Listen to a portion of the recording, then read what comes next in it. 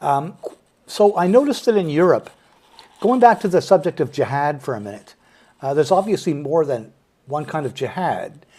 And it seems to me that in Europe, Muslims are forcing women to live as if they were under Sharia by sexual harassment, molestation, and rape attacks, such that women travel in groups, they dress modestly, cover their hair, or will dye their hair black, like in Sweden. If they're blondes, they'll dye their hair. In Germany, the government itself is giving women advice on how to avoid being raped by behaving essentially as a Muslim woman behaves. That seems to me to be another kind of jihad where we're submitting to it for some reason. What's your thoughts on that? Well, that's what we are facing here. We're talking about government betraying their own people and trying to help the Islamization of the country, whatever is the country it is, like if France or or German or Britain, whatever is the country, the betrayers in the government, like what we have here in Canada, same when they bring the hijabi day in Ottawa. So advising women or encouraging Canadian women to wear the hijab, but of course, this is part of the Islamization movement. They want to Islamize the country. They want to make the women um, submit to the thoughts, or yeah, because if she's gonna wear the hijab, this hijab is gonna protect her. But guess what? I lived in Saudi Arabia. Most all women, like, they cover themselves, and yet they got sexually harassed. They got sexually attacked in Mecca. When I went to Mecca, around the Kaaba itself, they do sexual harassment. Because the men, when they do the pilgrim, how they do the pilgriming there around the Hajj, around the Kaaba, the stone, the cube, they go around. The men there, when they wear they wrap themselves with the white sheet. They're not wearing underwears. And it's busy like crazy. It's like people, like their bodies, like very, like imagine you putting 15 people in elevator capacity of 5, and I'll leave the rest to the people to imagine how it is when men rubbing their bodies with a woman bodies around the cube, around the Kaaba, and they're not wearing underwears. This is this is a paganism. Muhammad, he collected so many rituals and so many other stuff from other, because Mecca used to be a multicultural city. There was a Jews, Christian, pagans, worshiping idols. The Hajj itself, it was a pagan ritual. The Hajj and Ramadan, it was there before Islam. That's why many people in Mecca, they did not believe him. They said, "What are you talking about? Like, he's not bringing anything new." That's what the Persian emperor said too. When he first gave the option to the Persian people to convert, fight, or convert. What's the three options to convert? It's Live as either to dhimmis. to convert to become a Muslim, or you pay the jizya, or to be killed. So that's exactly what the thugs, the bandits, al-Sa'alik in Arabic, they used to do. They will slave people and make them pay the jizya as well. Yes, I'm a street preacher as well, and every time, whenever I go to the streets, and many times as well, I go to like when there's a Muslim festival or anything, they or conference or whatever.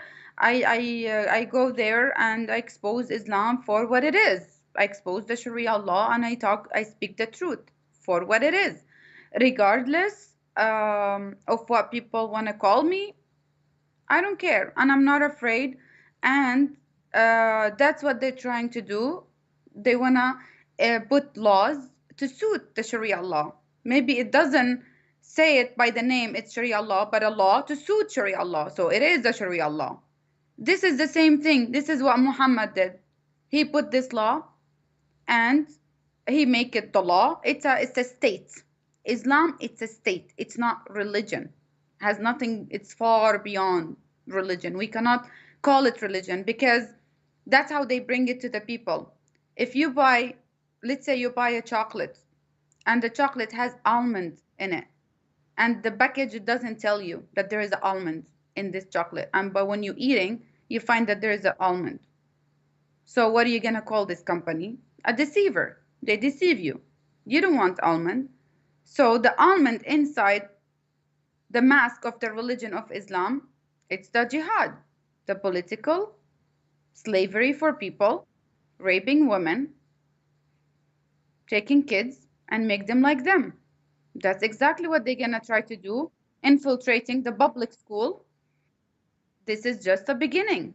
Soon you're going to see many of them demanding all the boys to sit at the front, regardless are they Christian or Buddhist or whatever they are, or Hindu, it doesn't matter.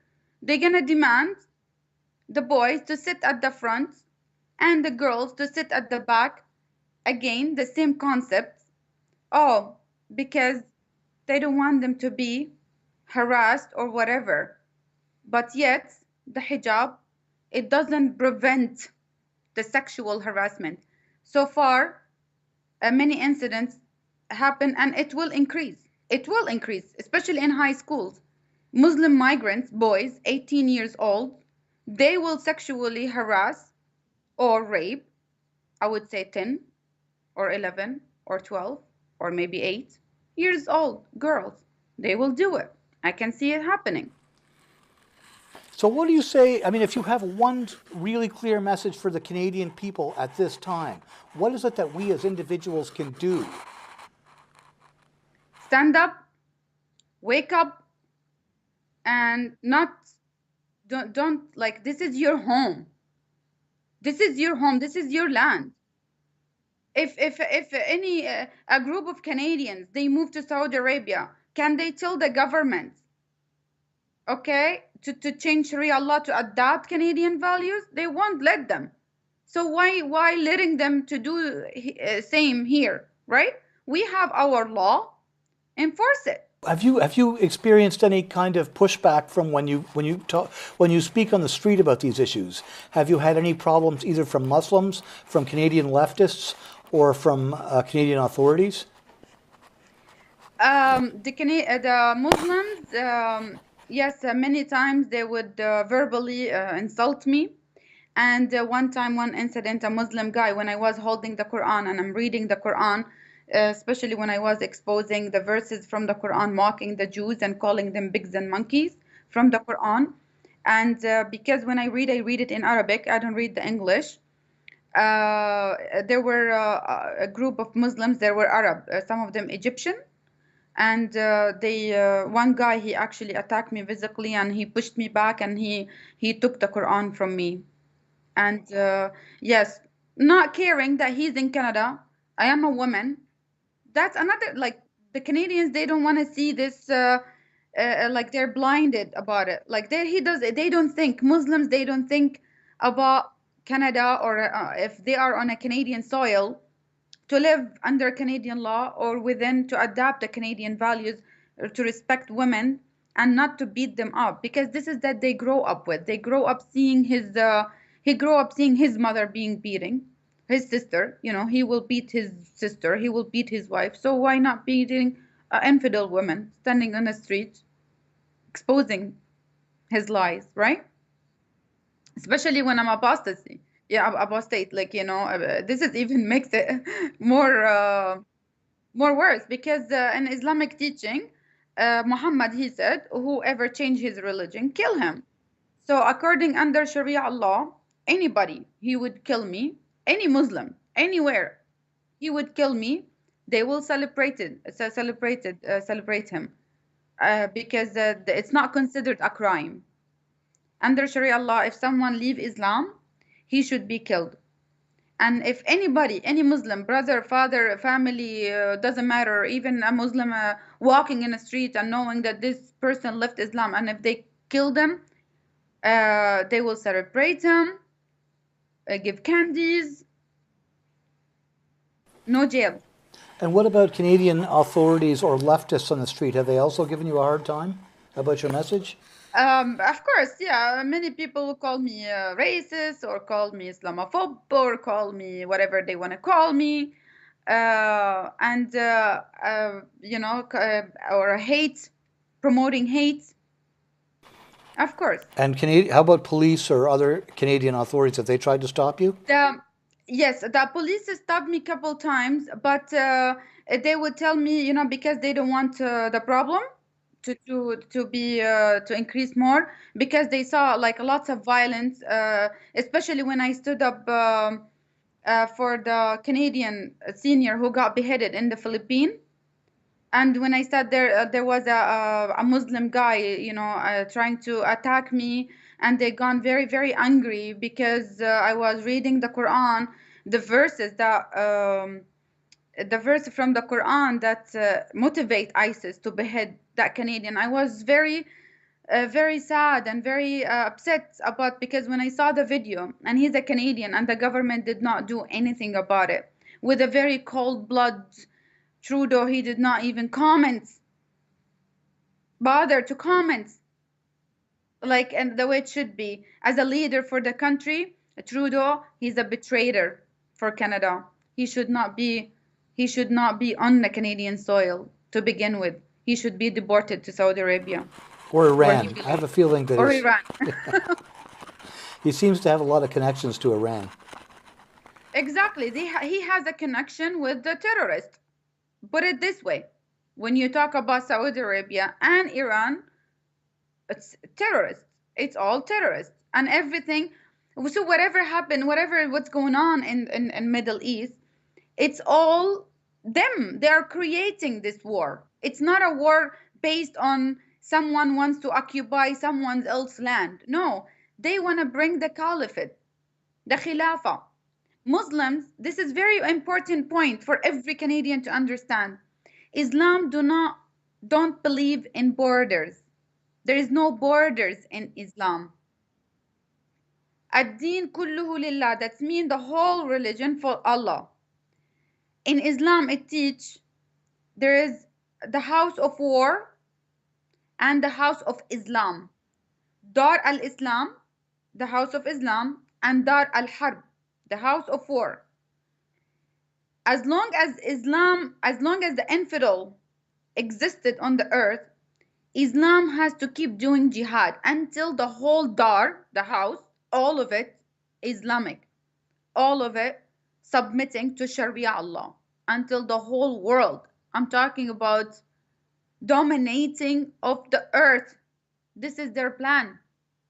And the lefties, the globalists, and the betrayer in the church leaders as well, and some betrayer from the rabbis as well, they're helping them. It's all group of thugs, killing the nationalism. They want to destroy the civilization, the Western civilization, using these migrants, the refugees, and many people, they feel sympathized. So guess what? There is a 52 Muslim country in the world. None of them took not even one Syrian kid, I would say. None of them. They did not open the borders to the Syrian refugees. None of them.